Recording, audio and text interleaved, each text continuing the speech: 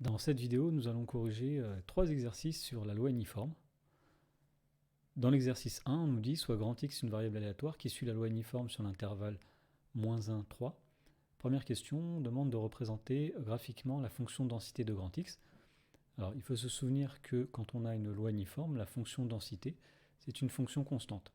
Alors, nous allons avoir ici une fonction qui est constante entre -1 et 3, puisqu'on a une loi uniforme sur l'intervalle -1, 3.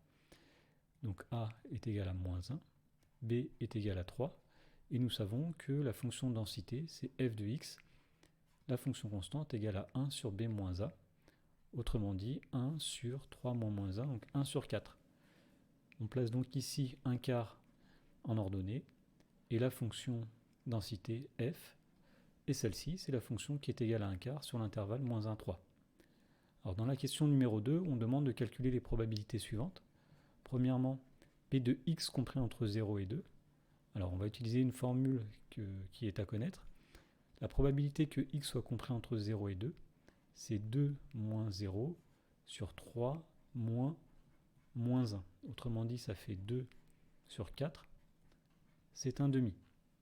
Alors si on représente graphiquement ici 0, 2 qui est ici, la probabilité que x soit compris entre 0 et 2, c'est-à-dire que x soit entre ces deux valeurs, eh bien, par définition, c'est l'aire située entre 0 et 2, entre la courbe de f, l'axe des abscisses, et les droites d'équation x égale 0 et x égale 2. Et nous voyons donc que l'aire de ce rectangle, c'est 2 fois 1 quart, eh bien c'est bien 2 quarts, c'est bien 1 demi. Alors dans la question B, on demande P de grand X supérieur ou égal à 1. Donc pour calculer P de grand X supérieur ou égal à 1, on peut dire que c'est P de X compris entre 1 et 3. Vous voyez ici, on a 1. La probabilité que x soit plus grand que 1, eh bien c'est x est compris entre 1 et 3. Alors autrement dit, si on applique la formule, c'est 3 moins 1 divisé par 3 moins -1. Et ça donne encore 2 quarts. Pour finir, on demandait la probabilité que grand X est égal à 0. Alors, il n'y a pas besoin de calcul à faire ici, puisqu'on est dans le cadre d'une loi à densité. Nous savons que P de grand X égale 0, eh bien ce sera 0. Alors une façon de le voir, c'est qu'on devrait calculer l'intégrale de 0 à 0, et on voit qu'ici, l'aire entre 0 et 0 vaut 0.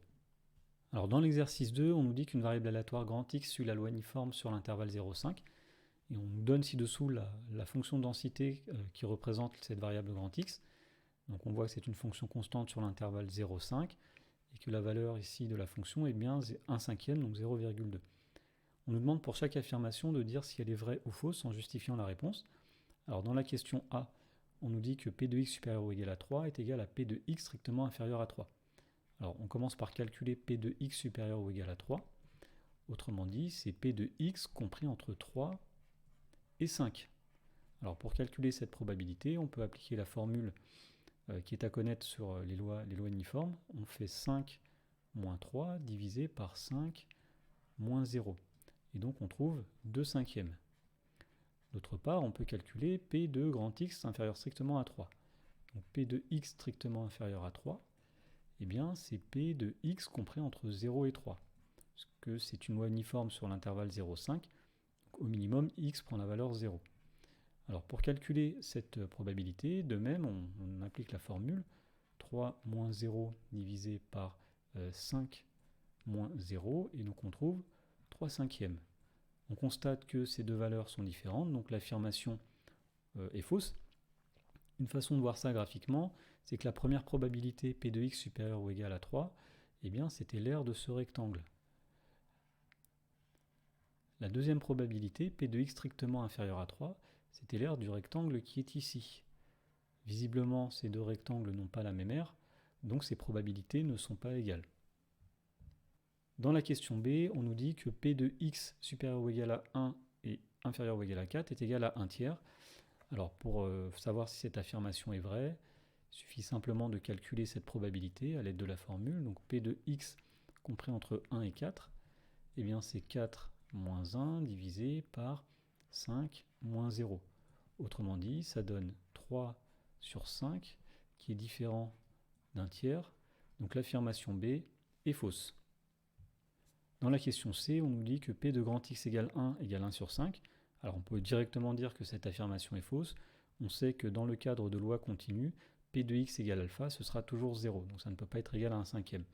Alors une façon de le redémontrer si on veut, c'est de dire que P de X égale 1, c'est P de X compris entre 1 et 1. On peut appliquer à partir de là la formule en disant que c'est 1 moins 1 divisé par 5 moins 0. Autrement dit, c'est 0 sur 5, donc ça vaut 0. En tout cas, c'est différent de 1 cinquième, donc l'affirmation est fausse. Dernière affirmation, on nous dit que l'espérance de x, c'est 5 demi. Alors, il faut connaître la formule qui dit que l'espérance de grand X quand grand X suit la loi uniforme sur l'intervalle AB, eh bien c'est A plus B divisé par 2. Autrement dit, ici, c'est 0 plus 5 divisé par 2. Ça donne bien 5 demi. Donc on peut affirmer ou dire que l'affirmation D est vraie. Dans l'exercice 3, on nous dit que Paolo vient tous les matins chez Paul entre 7h et 7h45 pour prendre un café. Il peut débarquer à tout instant dans cette plage horaire avec les mêmes chances. Donc on note grand T, la variable aléatoire, qui correspond à l'heure à laquelle Paolo arrive. Donc on est dans le cadre d'une loi continue, puisque la variable grand T prend toutes ses valeurs dans l'intervalle 7h, 7h45. Première question, on nous demande de calculer la probabilité que Paolo sonne chez Paul, petit a, entre 7h20 et 7h22. Alors nous allons dire que P de T compris entre 7h20 et 7h22, eh bien si on applique la formule que l'on connaît sur les lois uniformes, ce sera donc 7h22 moins 7h20 divisé par donc la longueur de l'intervalle total, donc 7h45 moins 7h. Autrement dit, ça donne 2 sur 45. Donc la probabilité qu'il sonne entre 7h20 et 7h22 est de 2 sur 45. Dans la question B, on nous demande la probabilité qu'il sonne avant 7h10. Autrement dit, P de T inférieur à 7h10. Eh bien, cette probabilité, on commence par dire que c'est la probabilité que T soit compris entre 7h et 7h10. On peut appliquer à partir de là la formule qui dit que cette probabilité, c'est 7h10 moins 7h divisé par 7h45 moins 7h. Et donc on trouve finalement que c'est 10 minutes sur 45 minutes, donc 10 sur 45. Question C, la probabilité qu'il sonne après 7h30, donc c'est P de T plus grand que 7h30. Autrement dit, c'est la probabilité qu'il sonne entre 7h30 et 7h45. Alors pour calculer cette probabilité, comme tout à l'heure, nous allons dire que c'est 7h45 moins 7h30 divisé par 7h45 moins 7h. Alors nous obtenons au numérateur 15 minutes divisé par 45 minutes, ce qui donne 15 sur 45, autrement dit, un tiers.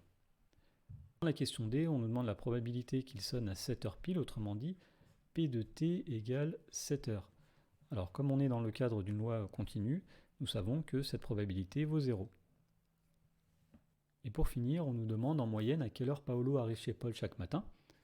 Donc on est amené à calculer l'espérance de la variable grand T. Eh bien l'espérance de la variable grand T, nous savons que c'est A plus B sur 2, c'est-à-dire 7h plus 7h45 divisé par 2. Autrement dit, c'est 7h, 22 minutes et 30 secondes. En moyenne, il arrive à 7h22 et demi.